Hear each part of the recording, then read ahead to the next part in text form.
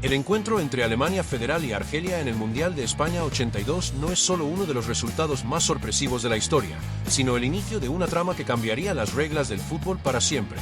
Aquí tienes el desglose de lo que ocurrió en aquel mítico 16 de junio de 1982 en el Estadio El Molinón de Gijón. Hola, soy JJ y te lo cuento.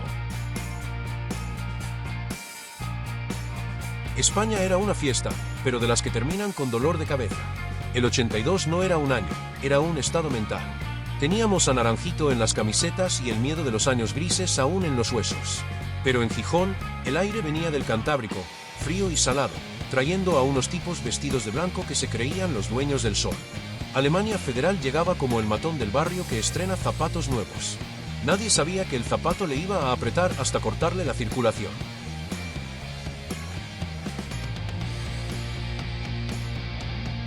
Si la arrogancia fuera moneda, los alemanes habrían comprado España entera antes del saque inicial.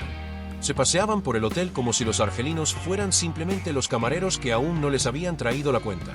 No estaban concentrados para un mundial, estaban en una despedida de soltero donde el novio era la Copa del Mundo. Se reían. Oh, cómo se reían. La risa es peligrosa cuando no has visto la cara del tipo al que te vas a enfrentar.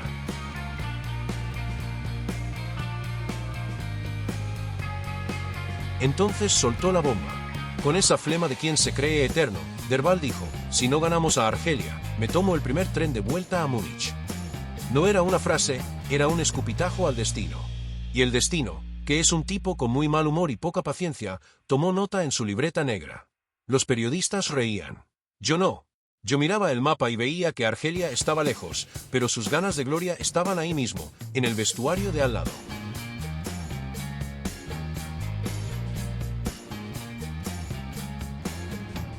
Mientras Alemania discutía si dedicar el octavo gol a sus perros o a sus novias, en el rincón de los argelinos se mascaba otra cosa. Los llamaban los zorros del desierto, pero en ese momento eran sombras. Nadie les conocía. Eran los fantasmas de un continente que el fútbol europeo miraba por encima del hombro. Pero los fantasmas no sangran, y eso es una ventaja táctica cuando vas a la guerra.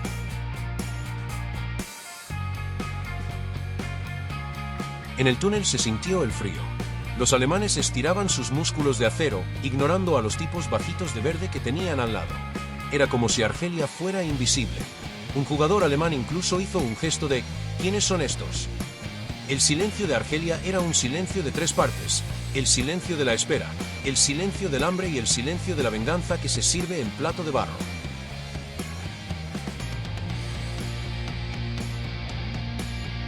Empezó el baile. Los primeros 10 minutos fueron una revelación. Alemania movía el balón con la pesadez de un tanque en el barro, mientras los argelinos volaban. El balón no les quemaba, les obedecía.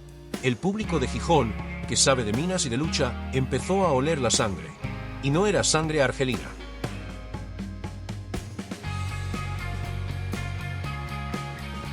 Aquello no estaba en el guión de Derval. Los argelinos no corrían detrás de la pelota, la invitaban a cenar. La técnica era depurada, un fútbol de calle llevado a la máxima expresión. Los alemanes empezaron a sudar, y no era por el sol de Gijón. Era el sudor frío de quien empieza a darse cuenta de que el camarero sabe manejar el cuchillo mejor que él.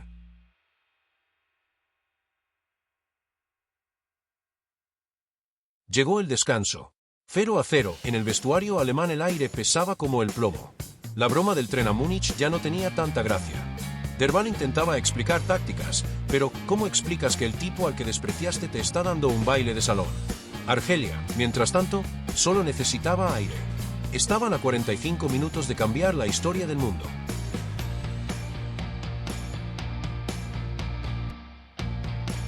Y entonces, el trueno. Madjer, con la fe de los que han sido olvidados, empujó esa pelota al fondo de las mallas. 1-0, el silencio que se apoderó de los alemanes fue tan pesado que se podía oír el latir del corazón de Schumacher. Argelia no solo había marcado un gol, había roto el cristal de la realidad. El gigante estaba sangrando, y la sangre era roja, igual que la de los demás.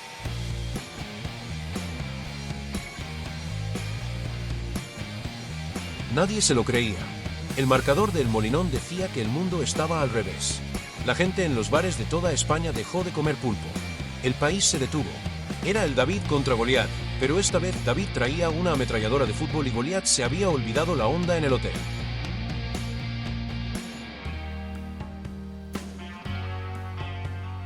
Alemania reaccionó como un animal herido. Con rabia, con esa fuerza bruta que los ha hecho eternos. Empezaron a bombardear el área. No buscaban la belleza, buscaban restaurar el orden natural de las cosas. Era el imperio intentando aplastar la rebelión a base de martillazos. Pero el muro verde aguantaba, y cada minuto que pasaba era una tonelada más sobre los hombros de Derval.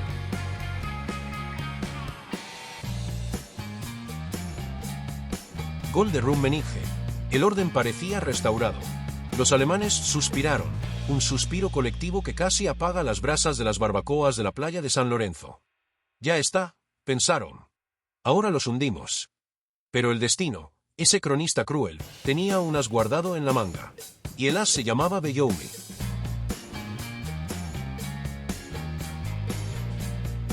Fue la jugada más hermosa y dolorosa de la historia.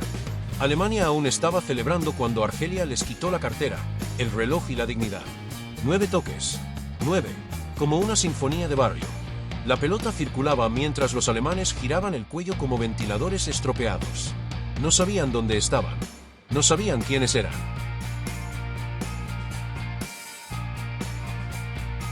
Gol de Belloumi. 1 minuto. Solo les duró la alegría un maldito minuto. El 2-1 fue un puñetazo en el estómago de la lógica. Los alemanes se quedaron petrificados, como estatuas de sal mirando una ciudad que se quema. Argelia estaba bailando sobre las tumbas de los pronósticos.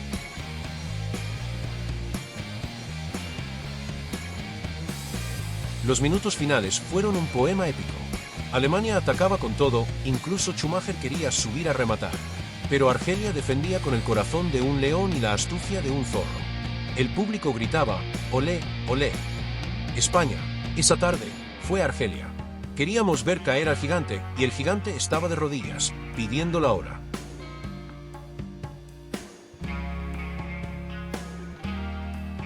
Final. Se acabó. La mayor sorpresa de la historia de los mundiales acababa de ocurrir en una ciudad del norte de España. Argelia 2, Alemania Occidental 1. El tren a Múnich acababa de encender sus motores y Derval tenía el billete en la mano, aunque no quisiera usarlo. La soberbia había sido derrotada por el talento puro y duro.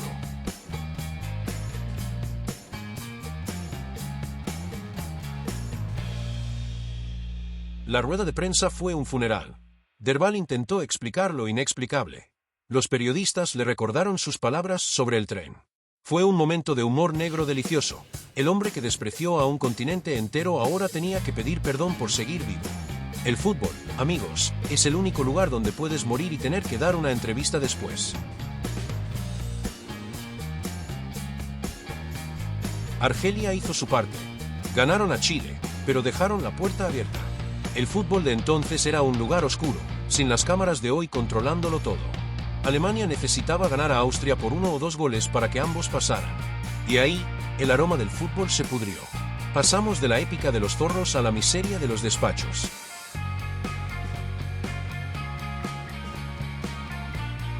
Lo llamaron el Pacto de Gijón. Fue el partido más asqueroso que mis ojos han visto. Alemanes y austriacos, primos hermanos de la conveniencia, decidieron que Argelia no merecía estar ahí. Fue un asesinato a plena luz del día. Los aficionados agitaban billetes. Argelia estaba fuera, pero Alemania y Austria estaban manchadas para siempre. La victoria de Argelia fue tan grande que los europeos tuvieron que hacer trampas para borrarla. Argelia se fue a casa, sí, pero obligaron a la FIFA a cambiar las reglas para siempre. Ya no se puede pactar en la sombra. Aquellos tipos de verde le enseñaron al mundo que no hay enemigo pequeño, solo arrogantes demasiado grandes. Así que, cuando veas a un equipo humilde, no te rías. Recuerda Gijón. Recuerda a los zorros. Y sobre todo, recuerda que el orgullo es un tren que siempre te lleva de vuelta a casa antes de tiempo.